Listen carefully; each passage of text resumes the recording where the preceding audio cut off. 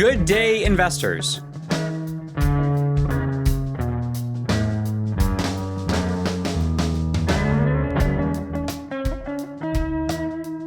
Welcome back to Vested with Jared Bowers. I am your host, and I am excited to be here because we have another exciting tool of portfolio management to talk about and apply to life. As we continue our stroll down portfolio management lane, looking at all the neat and nifty tools that we have to use and that we should learn to use, today we are going to start our dive into benchmarking. What if I told you that there exist people who track and measure things for fun? Food diaries, workout logs, time tracking sheets, financial budgets. Nerds and fitness buffs can agree on some things, such as the usefulness of tracking and measuring. That sounds like a chore to many, but someone's yuck is often someone else's yum. And many of you won't be surprised because you are those people. Others won't be surprised because you live with that person, insufferable as they are. I should say insufferable as we are, because you will not be surprised to know that I am part of that group. And this applies in a lot of other areas. A very common application of this practice is with sports. People who have never tracked a dollar or a calorie in their life, or even pay very close attention to where their family is at any given point, somehow have a near encyclopedic database of sports stats that they have tracked. In their brain, of course, not written down, never written down. Are you crazy? How could you forget something that important? What would be the point of writing it down? And they don't just know the stats on players and teams, and even for specific games and seasons, they know those stats compared to other players, teams, and seasons. These people I described when it comes to tracking and measuring in different areas of life, food, money, workouts, sports, are all engaging on some level in a practice called benchmarking. And if that is not a term that you're familiar with, don't worry, you will be soon. We briefly covered this in episode 5, when we talked about how the poor mindset avoids or rejects feedback, never measures, never adjusts, and are narrative-driven, versus the wealthy mindset that doesn't just accept feedback, but actively seeks it out. They track, measure, and benchmark in order to make adjustments and decisions based in reality. And we are going to dive into that in more detail today, because benchmarking is a powerful tool in our investor toolkit. Think about benchmarking as comparison. And comparison is good, right? No, actually, we've been taught that playing the comparison game is usually not a good thing. The thief of joy, comparison has been called. And I do like that phrase, comparison is the thief of joy, because there is truth to it. Benchmarking, comparison, being a powerful tool, if applied in the wrong direction for the wrong reason, will steal your joy. And we've had examples like this before, haven't we? A moral judgment, good or bad, being applied to a tool that can be used for good or for ill. Not inherently good or bad on its own, but in how it is used. What we are going to talk about today is that comparison can lead to discontentment, or it can lead to where you actually want to go. A hammer isn't bad, but if someone uses it to keep hitting themselves in the face, I'm going to do my best to try to teach them a different strategy, a different use of that tool. And comparison, or as we're going to talk about it today, the practice of benchmarking, can and often is a tool that is used in a harmful way. Playing the comparison game, as the comparison game is often played, in order to measure your self-worth, or stroke your ego, or decide who you envy, or to keep score versus those around you. Those are negative uses of the tool. Comparing appropriately and properly in order to align your investments with your priorities, make adjustments, determine and set your trajectory, and learn is on the other side, all positive uses of this tool. And so, I am not here to tell you to stop comparing. I am here to tell you to stop comparing like a middle schooler and instead start comparing like a portfolio manager. So let's get into it. Benchmarking is actually three distinct but related activities. They all go together. We're going to take them one by one and then we will combine them all. Those three activities are tracking, measuring, and benchmarking. The point of these three components of the benchmarking process is to give you objective data for making necessary adjustments. It also allows you to objectively determine if you really are accomplishing what you want to accomplish. These are alignment and strategy tools, not just motivation or comparison or self-worth tools. They are three layers of the same feedback loop. And remember, objective feedback is crucial. We should be in a wealthy mindset state where we are intentionally seeking out good, objective feedback that we will use. The poor mindset, as we know, rejects feedback, avoids measuring, and ignores reality. The wealthy mindset seeks out feedback. It is data-driven, and the wealthy mindset benchmarks appropriately so that they can invest well. If you track, measure, and benchmark well and consistently, you will not be surprised by the outcomes you get or don't get. At the highest level, think of it as we observe reality, compare it to the target, reallocate resources based on that target, and then repeat the process. These are alignment tools. Hopefully, this is not going to sound like we need to become neurotic or obsessive, because it can become that. And you'll see how as we go through our discussion on each of these. Tracking, measuring, and benchmarking are the three steps of the benchmarking process. And for this episode, we are going to dive into the first two, tracking and measuring. Next time, we will discuss benchmarking specifically and then bring it all together for application. But there is a lot to dig into in this overarching portfolio tool of benchmarking. So covering it in 2 episodes is going to help. So let's first talk about tracking. Essentially, tracking is paying attention. It's the observing reality part. Really paying attention to the effects happening around you. The most beneficial effects are the cause and effect relationships where your actions are the cause and the target that you are shooting for is the effect. And there are all sorts of things that we can and do track. You may want to track different things for different reasons and purposes. Some quick examples would be your bank account balance, your body composition, your 5K or mile time, the revenue of your business, your personal cash flow, your time invested in something, the returns that you generate, whether those be financial or other types of returns. Ideally, those things we track will be objective. It doesn't help as much to track subjective things that don't have quantifiable measures. There are exceptions when it comes to things like sleep. Your subjective sense of how well you slept is the single best measure of your quality of sleep. Again, an exception, but objective measures are usually preferred because they are usually more helpful. And a key part of tracking is the actual recording of the thing that we are measuring. Let's not miss that part. Not just trying to remember it, but actually recording it, writing it down, so that it can be referenced again in the future. We'll talk more about this at some point, but our brains are not a very good place to store this type of data. We have recall issues. We will bias the information if we try to recall it later. We should write it down and record it somewhere. That tracking is a key first step. And that can be in a spreadsheet, in a note on your phone, in a journal, but make sure that you actually track it. And we don't need to make any decisions or changes based on what we're tracking, at least not yet. But without that data, you're going to be steering blind, making assumptions when you are trying to make adjustment decisions in the future. And again, you are going to think that you remember where you were or what you had, what your stats were before versus where you're at right now. And sometimes you'll be right, but most of the time you'll be off. And it's not just about measuring where we may be off on the downside or identifying where we have trouble areas. We may miss out on realizing the progress that we've made if we don't track it. Yes, we may want to measure to see where we might be regressing on, going backward.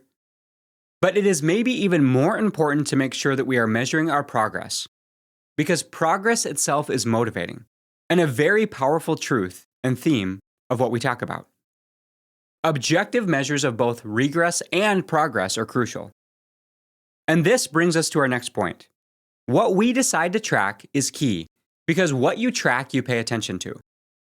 And what you track and pay attention to grows in importance and can crowd out the things that you don't track, that you don't pay close attention to, which is a great thing if you're tracking the right things, but not so great if you are tracking the wrong things or leaving out some of those right things.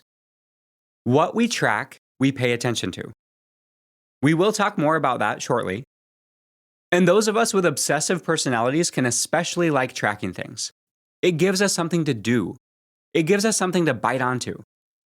It gives us something to feel like we are being productive at. And many of us, especially the investment-minded among us, really like data.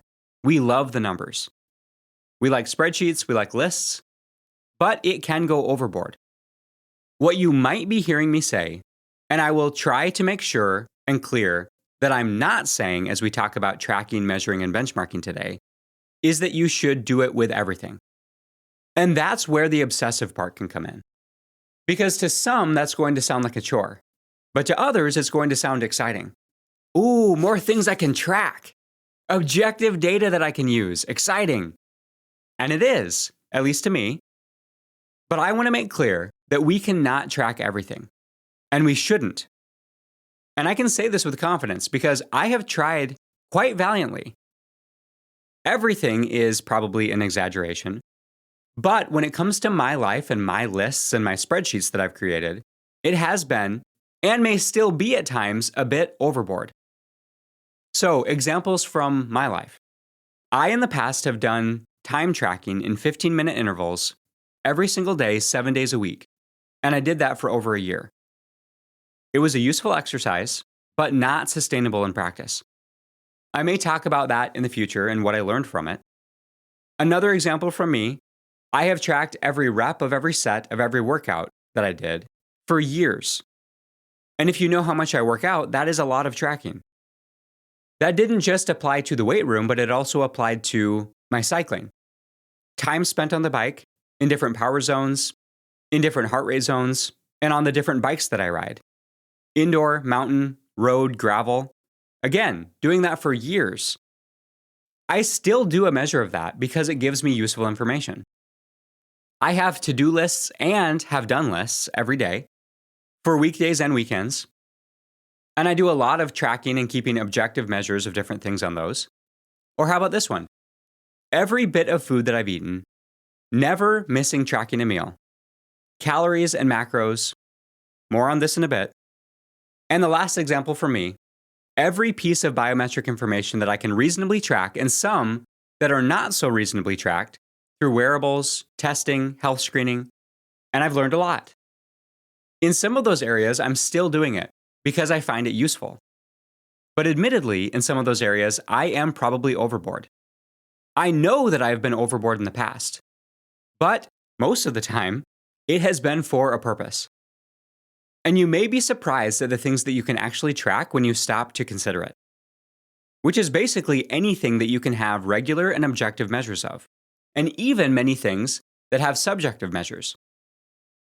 And that brings us to our next and very closely related point to tracking, which is measuring. When it comes to tracking and measuring, most of our discussion is going to be spent on the measuring part. But you can't decouple these two. They are tied together. So as I'm talking about measuring from here, keep in mind that we didn't set tracking aside. It is integral because you can't objectively track things without having measures for those things. And how we measure those things is important. What measure we use is important. We're going to talk through a number of examples to illustrate this. Measuring is very easily applied to money. But just because something is easy to do doesn't mean that more people are going to do it. We know that when it comes to budgeting. Easy to do, we have all the information, but few people do it. Money is one of the most objective and most easily measurable things in our lives. Yet, even most people who manage their money well will tend to avoid budgeting, or they don't budget very diligently, very consistently. So just because something is easy to track and measure doesn't necessarily mean that we're going to do it.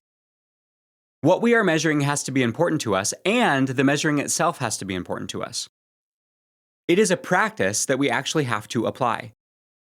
And we all do it. We all measure in so many different ways in different areas of life. We just tend to do it poorly, inconsistently, and with inaccurate measuring tools. But measuring is part of life. We may not write it down, which is the tracking part. We may not keep track of it, but we all measure. Let's talk about some examples. Food. Food is an area that is near and dear to my heart, quite literally. Probably yours as well. I love food. I eat a lot of it.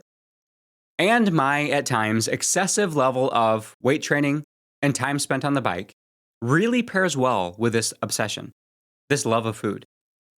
Because the more I train, the more I have to eat. Have to. On my heaviest training days, I'm actually more at risk of undereating than overeating, which can be detrimental to a lot of things: muscle growth, recovery, sleep, mood. So that is one of the big reasons why I have tracked my food for years. My food tracking app tells me that I haven't missed a day of tracking in more than 1,600 days. So it's not just the tracking part that's important to me, but it is the accuracy that is also important to me. What is the point of tracking if it's not accurate? Let's talk about accurate versus inaccurate measures. Because I am making the case that we all track. For instance, when it comes to food, very few people are whipping out a food scale, but most of us measure just in less accurate ways. How full we are, for example, that is a measure that we use. Eyeballing food portions is another measure. Number of plates, spoonfuls. That's an interesting one because spoonfuls, of course, can vary based on the size of spoon. But what I'd like to specifically consider is peanut butter. It can be a depressing exercise, especially if you are on the side of things where you love peanut butter, but also where you are wanting to be careful about the number of calories that you're pulling in. It can be depressing to realize just how small one serving size of peanut butter really is. 2 tablespoons. Not how much you can fit on 2 tablespoons, but how much you can fit in 2 tablespoons.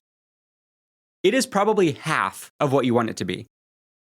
If you're trying to be mindful of your calories, eyeballing peanut butter is, I would say, like going to a car dealership and not actually looking at the prices and just scooping up what you want. It is going to cost you a lot more than you think. But the point of all this with food is that we all measure. We just tend to do it with inaccurate and inconsistent measuring tools. Accurate ways of measuring are things like, using a food scale, measured portions, using the tablespoon as a measuring device, not just as a scoop, structured eating times, actually counting calories and macros. There are inaccurate ways of tracking food that we eat, or there are accurate ways, but we all measure. Let's talk about time. We all measure time in different ways. The measuring of time is a really important part of life. And inaccurate measures of time are based on feels, right? Such as, I feel busy. I feel like I put a lot of time into this. Soon is another inaccurate measure of time. Or someday. I'll do it someday. Estimating time spent from memory, which if we really like something is going to be compressed, we might spend hours on it and think that it wasn't much time. Or if we don't like something, our estimate of that amount of time will expand. Let's say standing in a long line in full sun with your angry toddler to go on a carnival ride. We may have only spent 5 or 10 minutes on it, but it felt like an hour. Those are inaccurate measuring tools. Now, for accurate tools when it comes to time, an obvious one is the clock. Time tracking and time logs based on objective data from the clock. Another objective measure of how we use time would be doing something now versus putting it off to later. Actually paying attention to objectively the time spent on task. Let's talk about some other health-related or fitness-related topics. How about body composition? We all measure body composition. We just tend to do it inaccurately. What I mean by body composition is the shape of it. How much muscle versus how much fat. Inaccurate measures, or at least less accurate measures, are things like the mirror, which we all look at every day. Or how our clothes fit. That's kind of a blend between objective and subjective. An often inaccurate measure is body mass index, BMI. Pretty accurate on a global scale, Not very helpful on an individual scale because it doesn't differentiate between mass made up of muscle versus body mass made up of fat. Another inaccurate way we measure our body composition is telling ourselves that that extra 15 pounds of weight is definitely muscle. Subjective measures. Versus accurate measures of body composition would come from things like a scale. A scale doesn't tell you how muscular you are, but it is at least an objective measure. The tape measure, that is objective, depending on how tightly you pull it. Body scans, such as a DEXA scan, which is a pretty quick, non-invasive imaging test that can measure bone mineral density, muscle mass, fat mass. That is a more accurate and objective measure when it comes to body composition. But most of us tend to use more of the inaccurate measures. Maybe because we have access to those. And we can apply similar examples to fitness. Inaccurate measures would be time in the gym, number of workouts performed, how sore or sweaty or hungry you are at the end of a workout. Versus accurate measures would be mile time, amount of weight lifted, number of minutes spent in zone 2, number of reps to failure at a specific weight for a specific exercise. Let's talk about our career, work, business. Inaccurate measures are busyness, how overwhelmed you feel. That's an inaccurate but often used measure that we apply in our working life. Your job title, not really meaningful on its own. Number of hours worked. The funny thing about that one is it would seem objective, but hours worked typically has very little to do with actual results. Those of us with kids might have had a child who sat at the kitchen table for over an hour staring at their assignment but not actually ever working on it. They had an hour of homework, right? Except they didn't. And compare that to accurate measures. Though sometimes harder to measure, are things like skills developed and applied, product or service delivered and delivered on time, your compensation trend tied to your results, the actual value that you created that resulted in value coming to you. We measure in more domains than just food, fitness, career. We also measure in relationships. The question is, are we using inaccurate or accurate measures in our relationships? Inaccurate measures would be something like, we don't fight, which oftentimes is mistaking avoidance for actual peace. Another inaccurate measure might be gushing on social media, whether that's ourselves or our significant other. That is also a bad way to measure the health of a relationship. You may have seen the same correlation that I have. Oftentimes, the more gushing I see from a couple on social media, the more I feel like I have to worry about them and their relationship. How about other measures like gifts given or money spent or grand gestures, transactions? Those are basically relationship scorecards. And those are some poor ways that we use to measure in a relationship. And they are often applied in a negative direction. More accurate and more useful measures that we can and should use are things like shared direction and purpose. Are we aligned? Also, meaningful connection, not just time spent together, but meaningful time spent together. Not whether we have conflict, but how well we repair and get back on track after conflict. Do arguments last for days or weeks? Or do you have a healthy conversation and get realigned? So we all measure. We just tend to use a combination of accurate and inaccurate measures in how we do it. So, if we all measure, why not do it purposely and accurately? That is where the usefulness of measuring truly begins. We often treat measuring as though it's optional. Measuring in many cases is not optional. If we don't measure, we are either compelled to do it or forced to do it eventually in many cases. Only the frequency, quality, and accuracy and choice varies when it comes to measuring. Because if we do it infrequently or inaccurately or both, we may be forced to come face to face with an accurate accounting at some point in the future. Examples of this would be a poor health diagnosis. Things that we didn't measure and didn't track leading up to that point, resulting in a health issue that now needs to be very closely and accurately measured and tracked if we have a hope of getting healthy again. How about a financial issue or crisis? The money that we should have accurately tracked and measured has now resulted in a situation where we absolutely need to track and measure to either avoid or get us out of a disaster situation. How about a relationship blow-up? Not paying attention, not tracking and measuring the right things has now resulted in a situation where we really need to pay attention if we want to have something that we can salvage. Or what about a job loss?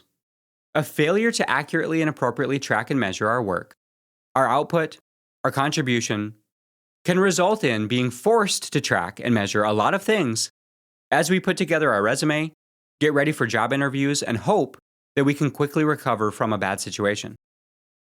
And that is what I mean when I say that measuring is often not optional. If we don't do it, we're forced to do it eventually, maybe just in a different way. Because our investment accounts of life tend to go negative quietly and then very loudly when they compound in the wrong direction for long enough. And oftentimes, people in crisis are surprised by the outcome. But in most cases, they did not need to be, or at least they shouldn't have been surprised. Looking in from the outside, you probably know people that these things have happened to. The poor health diagnosis, financial crisis, relationship blow-up, job loss. And from the outside, you probably aren't surprised in many of those cases. But it is so much easier to measure and see the trajectory of other people from the outside versus recognizing those same negative trajectories when it is ourself. And this process of tracking and measuring are powerful tools to try to see ourselves more objectively. I don't love being surprised by outcomes. And you probably don't either. And I know I've been talking in the negative direction for a little while. So let's flip the script. Because this is also true in the other direction. Measuring and tracking can help us recognize and then capitalize on progress. We can have progress that we didn't notice. You may feel like you're just spinning your wheels at work, but if you measured your work outputs, your inputs over a quarter, over a year, where you were versus where you're at now, you may be able to see the progress that you made. You may feel like your fitness has plateaued, but with objective measuring and benchmarking, you may see results that are there, even if they're small. You might see that your power output on the bike is up for the same average heart rate, or you're squeezing out more reps of that same weight of a lift.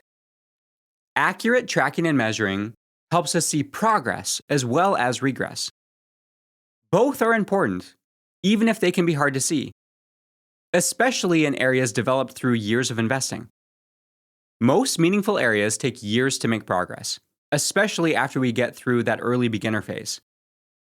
The beginner phase, once we truly get started, is super motivating because the progress is so clear. We don't even have to bother measuring and tracking. We can easily see what's obvious. But the real returns come after those newbie gains are behind us.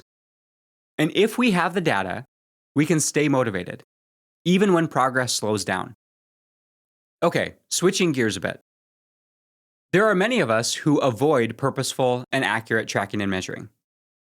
And there are also those of us who really like using powerful tracking and measuring tools. And both responses tend to happen for the same reason. Because tracking and measuring reveal reality. They show us what we cannot deny, which can boost our motivation and confidence, or it can threaten our self-image. It can reveal the returns of the investments made. We can tell ourselves that we're making progress even when we aren't, if we don't pay close attention. We can tell ourselves that we aren't slipping even when we are. And in the other direction, we can trick ourselves into thinking that we're not making progress, even when progress is clearly there.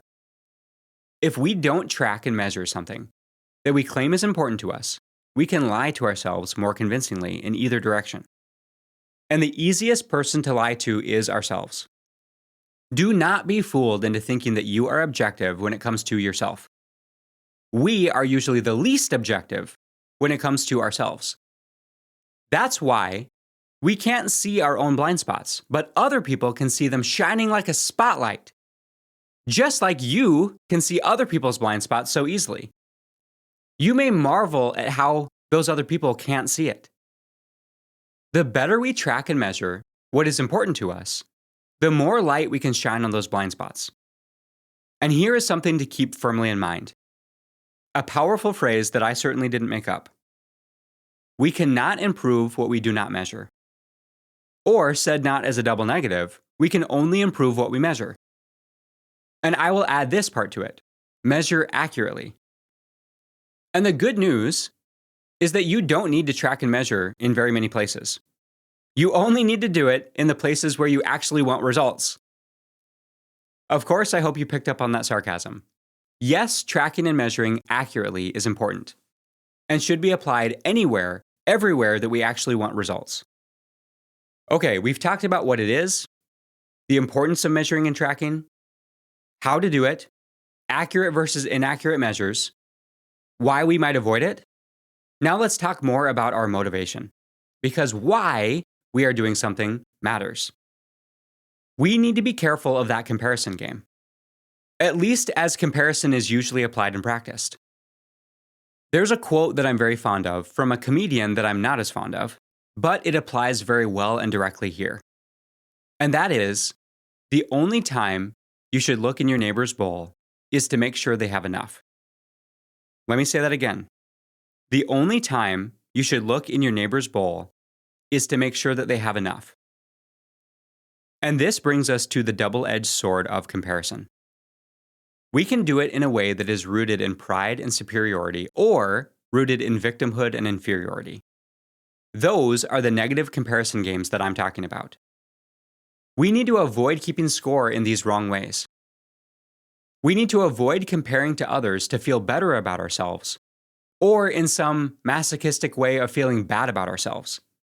That comparison game, that keeping score, is going to steal our joy. The intent and purpose of comparison should be about what we are trying to achieve. The wealthy mindset of motivation and pursuit. It is about identifying the things that are important to us, tracking and measuring those things accurately so that we can make adjustments and do better. And we also have to be very careful about measuring the wrong things. If we index on the wrong things to track and measure, it will result in our focus being off and getting outcomes and results that we did not intend on getting. Let's talk about money here. Some people focus on getting rich as the main goal that they're aiming for. But nearly all the people that I've known who index on money as the key measure of success tend to end up with very mediocre results. Because this focus may push you toward making choices and allocations that are away from what you actually want to achieve.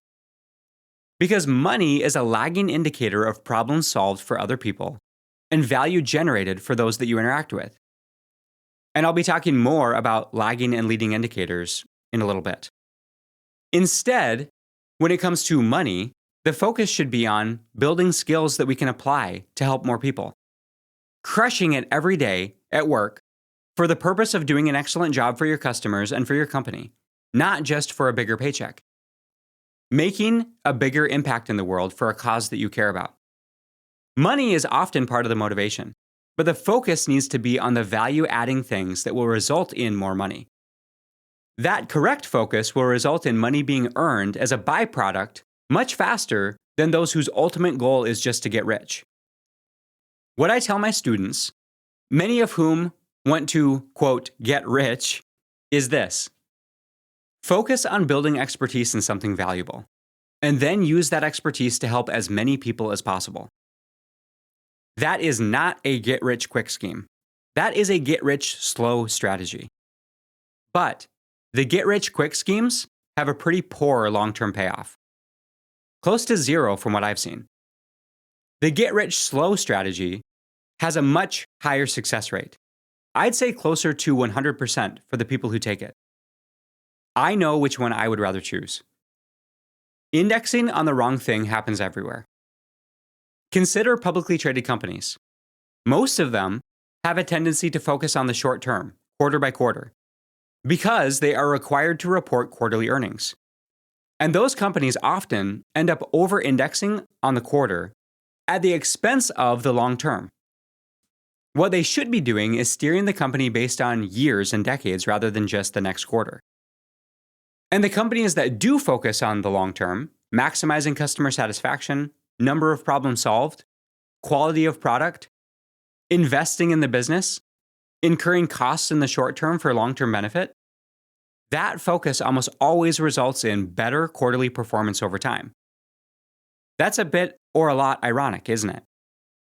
Those who maximize for long term tend to do better in the near term as well. Indexing on the wrong things also happens in relationships, and it can happen pretty easily. We talked about gifts given or received as a measure of value in a relationship. That is a fraught road to go down. And another interesting one that we touched on earlier, a lack of fighting or arguing, which is often an indication of conflict avoidance rather than an indication that things are going well. Oftentimes, an argument is exactly what is needed to reveal what a relationship needs and to be able to align the investments that each person is making. A better measure in that case would be asking the question, do we have real disagreements over real things that we then talk through and come to an understanding on? This is much different than having stupid fights over little things. Over-indexing on the wrong thing happens all the time in fitness. Focusing on a number on a scale is probably the most common one. When the goal is to lose weight, a number on a scale is actually a pretty bad thing to over-index on, because the progress, in that case, cannot continue forever. Good luck losing weight forever. And a lot of those examples may be good things to measure and pay attention to, but we don't want to pay more attention to these things at the exclusion of the other things that matter more, the things that actually get the results. I've made it this far without talking much about portfolio management of money.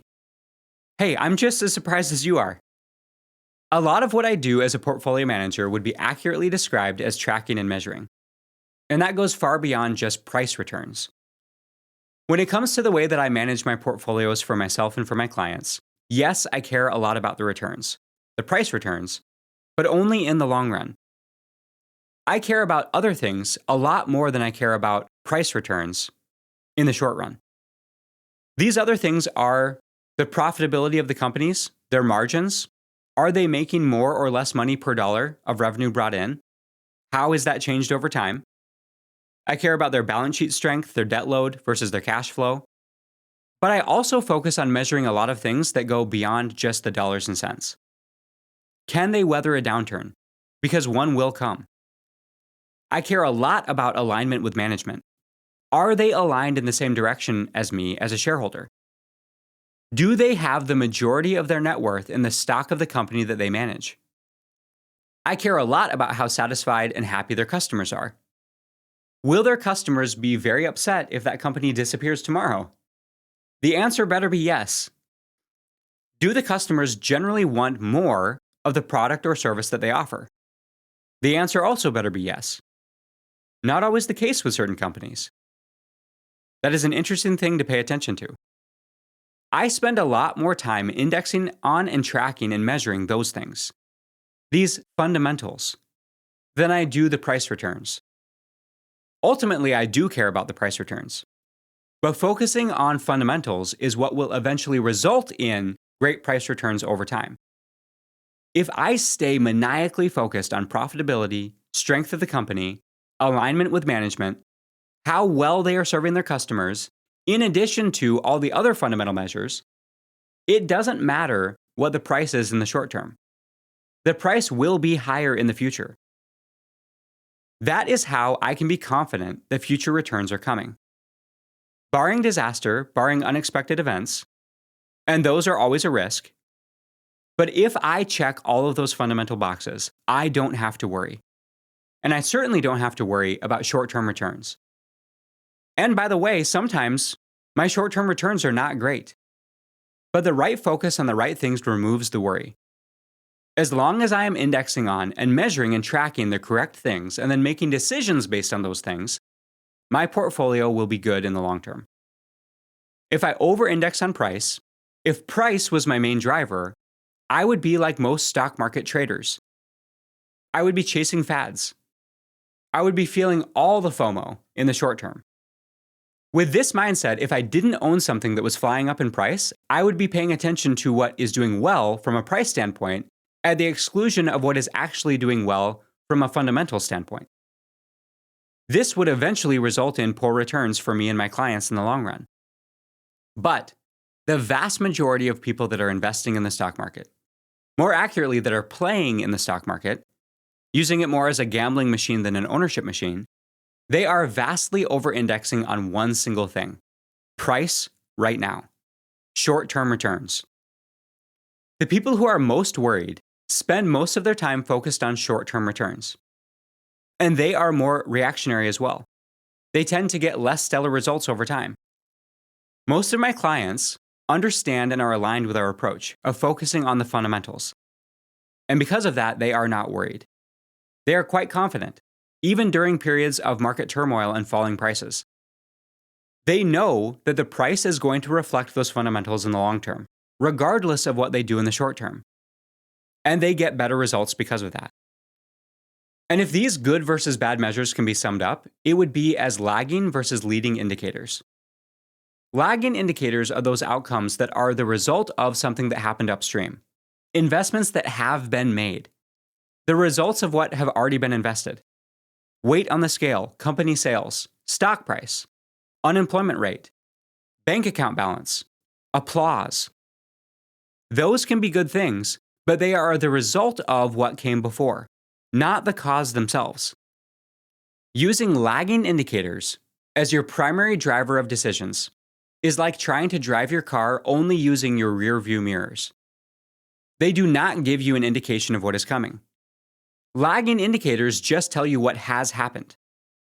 On the other hand, leading indicators are the inputs and investments that you make, the habits that are actually performed, the fundamentals of the companies that we talked about, reps put in, systems put in place and followed, deposits that are consistently made, that then result in the eventual outcomes. Focusing on leading indicators is what gets you the results. Leading indicators are the upstream cause of the downstream results. Using leading indicators in our decision making is driving your car looking through the windshield. You are not looking at what has happened, you are looking at what is ahead and what is coming. And those leading indicators are where our focus should be. Yet, we tend to over-index on the lagging indicators in life.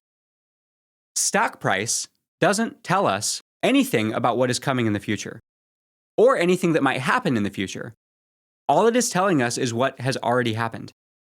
The weight on the scale is a lagging indicator of what has gone into your mouth and the movement that has or has not been performed. The sales that you had last quarter is a lagging indicator of work that was put in the past. Let's not over-index on lagging indicators. And not coincidentally, those lagging versus leading indicators tie very closely with accurate and useful versus inaccurate and unuseful measures that we can track. Leading indicators are the investments that are being made, that are going to result in the lagging indicators that are desired.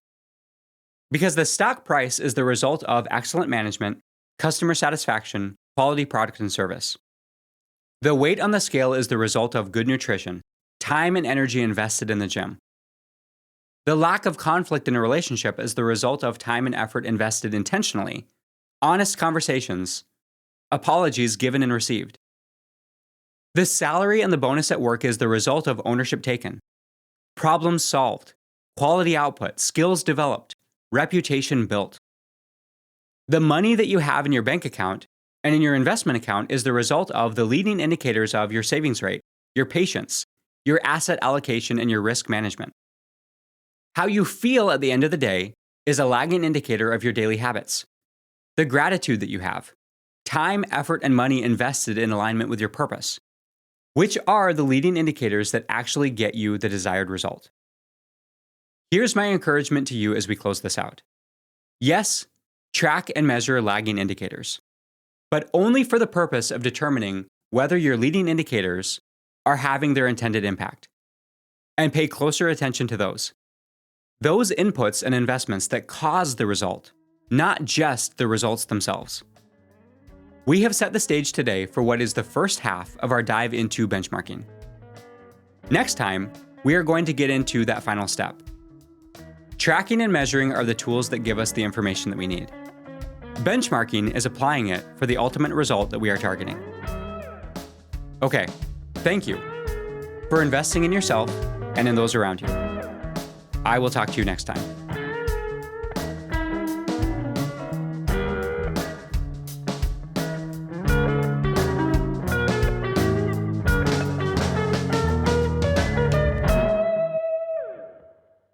Number of books read, podcast hours listened to, number of words written.